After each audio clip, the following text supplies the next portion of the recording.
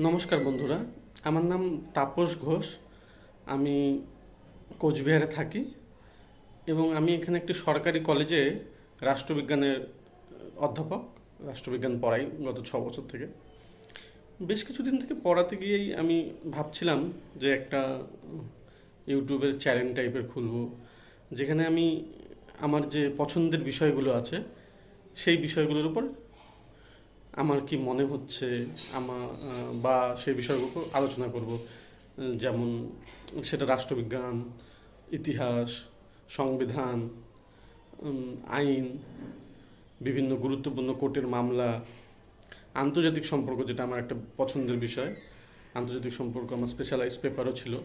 সেই আন্তর্জাতিক সম্পর্কের উপর বিষয়, কিছু অর্থনৈতিক বিষয়। অবভিয়াসলি আমরা জানি যে অর্থনীতি সমস্ত কিছুর সাথে সংযুক্ত থাকে। অর্থনৈতিক বিষয়, সরকারের পলিসি, বাজেট, এই জিনিসগুলো নিয়ে আমরা আলোচনা করব।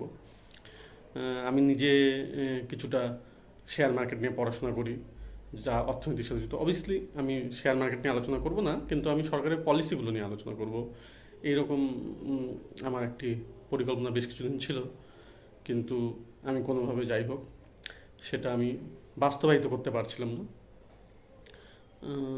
তো এখন আজকে আমি ভাবলাম যে একটা ভিডিও করেই ফেলি।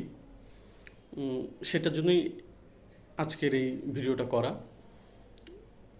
আজকে আমি যে বিষয়টা নিয়ে আলোচনা করতে চাচ্ছি সেটা হচ্ছে, গত 29 তারিখে, 29শে জুলাই, একটি খবর প্রকাশিত হয়েছে। সেটা হচ্ছে, এটা বাজেটের পরবর্তী সময়। সেটা হচ্ছে যে গভর্নমেন্ট যে সোভরেন গোল্ড বন্ড ছেড়েছিল, সোভরেন গোল্ড বন্ড যেটা ছেড়েছিল, সেটা খবরে প্রকাশ যে গভর্নমেন্ট সেটা ডিসকন্টিনিউ করবে, সেটাকে আর রাখবে না, সেই স্কিমটাই বন্ধ করে দেবে।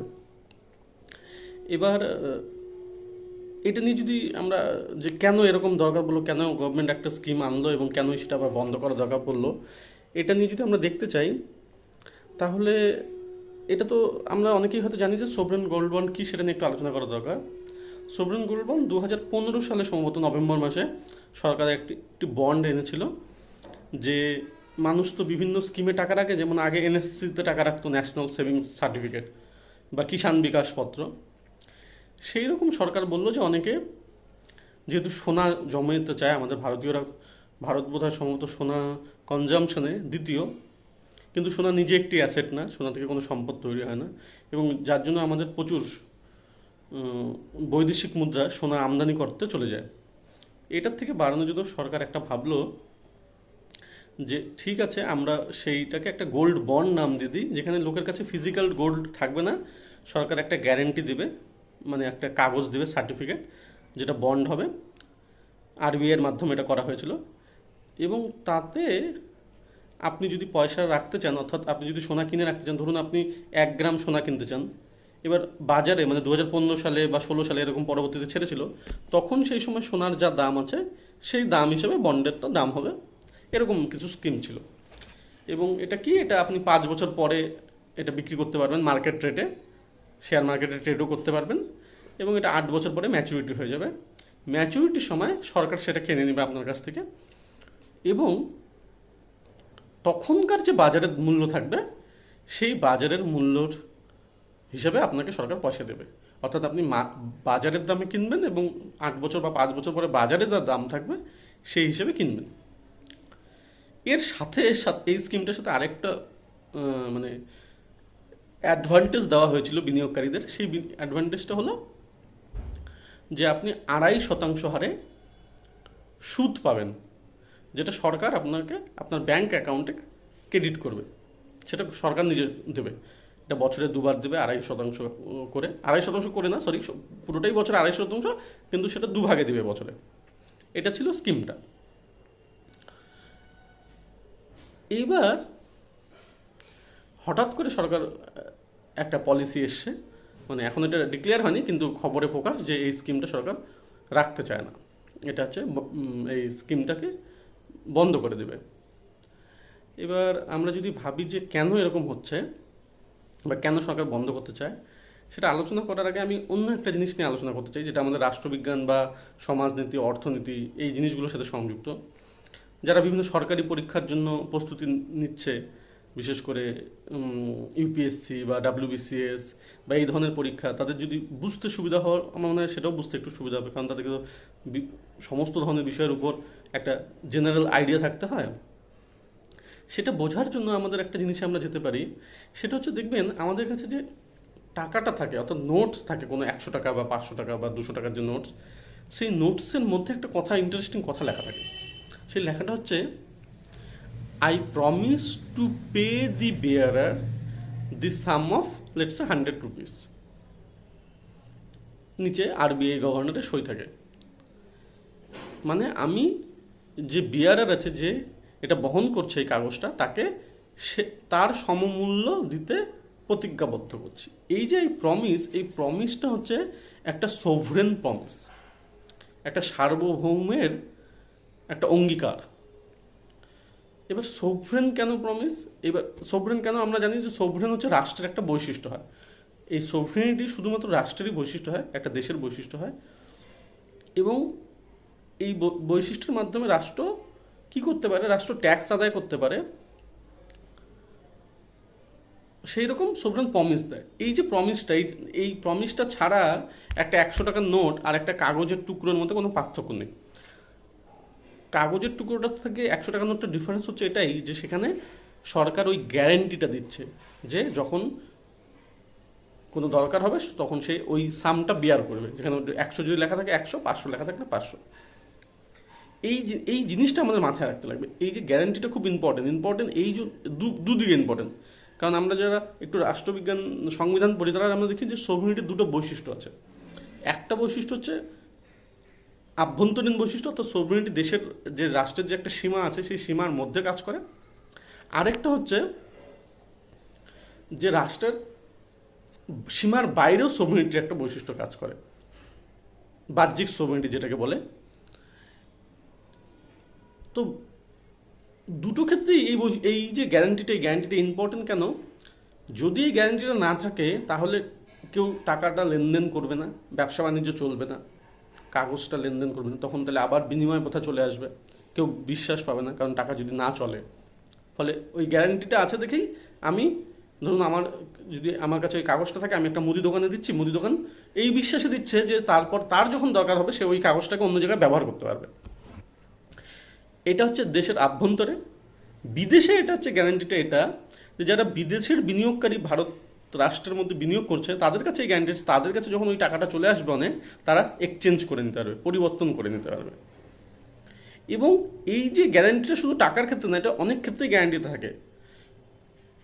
সেটা হচ্ছে যে কোনো কিছু, সরকারের একটা গ্যারান্টি, সরকারের কোনো পলিসির যে গ্যারান্টি থাকে, নীতির যে গ্যারান্টি থাকে, বা বিশ্বাস যে থাকে, সেটা খুব ইম্পর্টেন্ট যারা বিনিয়োগকারী তাদের জন্য, বিদেশি বিনিয়োগকারীর জন্য বা অন্য কিছুর জন্য।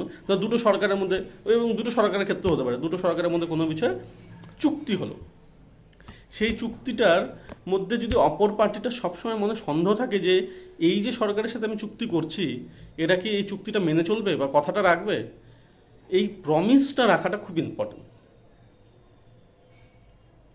এই প্রমিসটা কিন্তু খুব ইম্পর্টেন্ট হয়ে যায়। এবার আমরা কি দেখছি যে সরকার এইখানে কি করছে, প্রমিসটা যে সরকার ভাঙছে সেটা আমরা বলতে পারবো না, কারণ সরকার তো নতুন নেবে না। কিন্তু এখানে একটা ইনকনসিস্টেন্সি দেখা যাচ্ছে, যে সরকারের তাহলে সিদ্ধান্তের কোনো ঠিক নেই। অর্থাৎ একবার কখনো মনে হলো একটা পলিসি তৈরি করে দিল সোভরেন গোল্ড বন্ড, আবার কখনো মনে হলো যে না, এটা পলিসিটা ঠিক না, এই পলিসিটাকে তখন সে বন্ধ করে দিতে পারে যে কোনো সময়। এই যে দোলাচলের অবস্থা যদি থাকে, এই দোলাচলের অবস্থাতে কিন্তু একটা জিনিস হবে, তখন বিনিয়োগকারীরা কিন্তু তাদের বিনিয়োগের জন্য একটা আনসার্টেনিটিতে পড়বে, অনিশ্চয়তাতে ভুগবে। ফলে তারা কিন্তু সিদ্ধান্ত গ্রহণ করতে পারবে না। এটা একটা বড় বিষয়। এই বিষয়টা কিন্তু আমাদের মাথায় রাখতে লাগবে। এবার যদি আমরা মেন টপিকে আসি, যে কেন এই সিদ্ধান্তটা নেওয়া হলো বলে মনে হচ্ছে, এটার কিন্তু একটা পূর্বাভাস আমরা পেয়েছিলাম বাজেটের সময়, যখন সরকার ইম্পোর্ট ডিউটির, সোনার উপরে যে আমদানি শুল্ক, সেটা কমিয়ে দিয়েছিল। এবার আমরা জানি সোনার কোনো জিনিসের উপর যদি আমদানি শুল্ক কমিয়ে দেওয়া হয়, তাহলে সেই জিনিসের দাম কমে যায়। এবার জিনিসের দাম কমলে কি হয়, তখন সেটার উপর কনজামশন বৃদ্ধি পায়, দাম কমলে লোকে সেটা কেনে। এবং আমরা মোটামুটি একটা এস্টাবলিশ অর্থনৈতিক নিয়ম এটাই আছে যে সোনা নিজস্ব কোনো সম্পদ না, সোনা কোনো সম্পদ তৈরি করে না, সম্পদ ক্রিয়েট করে না। প্রচুর সোনা কিনলে দেশের কোনো লাভ হয় না। ওই টাকাটা যদি স্কুল, হাসপাতাল, বিল্ডিং এগুলো বানাতে, ইনফ্রাস্ট্রাকচার বানাতে ব্যবহার করা যায়, সেগুলো সম্পদ হিসেবে কাজ করে। তাহলে এরকম একটা সিদ্ধান্ত কেন নিল সরকার, যেখানে সোনার দাম কমে যাচ্ছে? এবার সাধারণভাবে মনে হতে পারে যে এটা হয়তো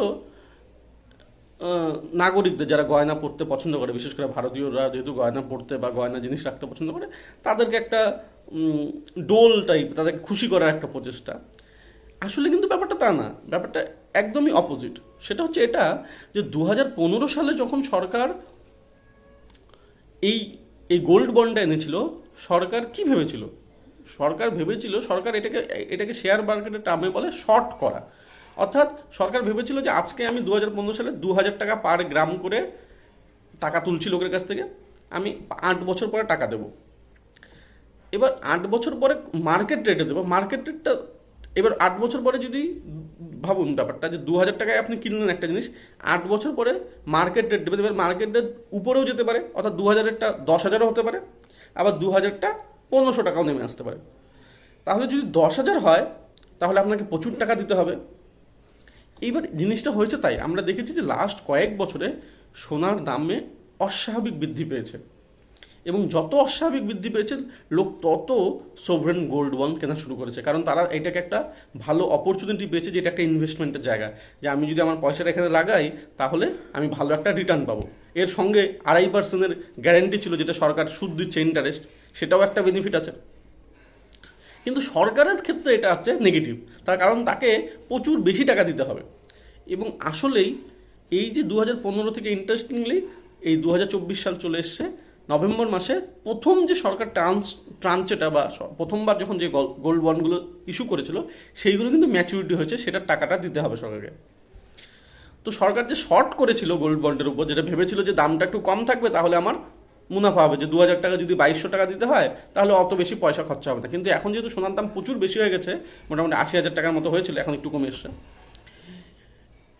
এটা একটা বড় কারণ যে সরকার সোনার ইম্পোর্ট ডিউটিটা কমিয়ে দিয়েছে, যাতে কি সোনার দামটা কমে যায়। এবার যদি সোনার দাম কমে যায়, তাহলে এবার যে মার্কেট রেটে যেহেতু গোল্ড বন্ডটা দেওয়া হবে, ফলে মার্কেট রেটটা কি হবে, সরকারকে কিন্তু কম পয়সা দিতে হবে লোককে।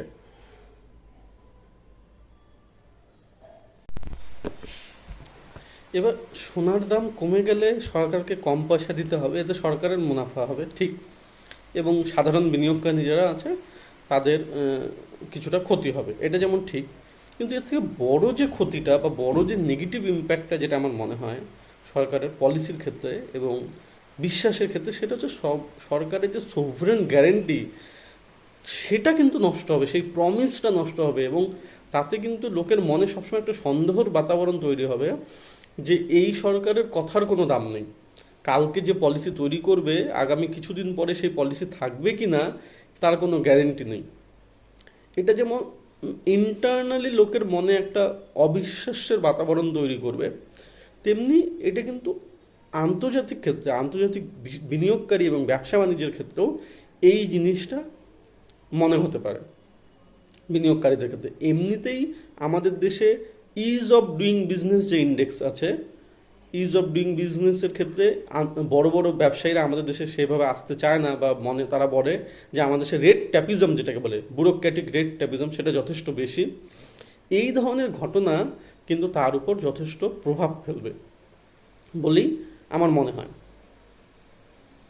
ধন্যবাদ, আজকের ভিডিওটা এখানেই রাখছি।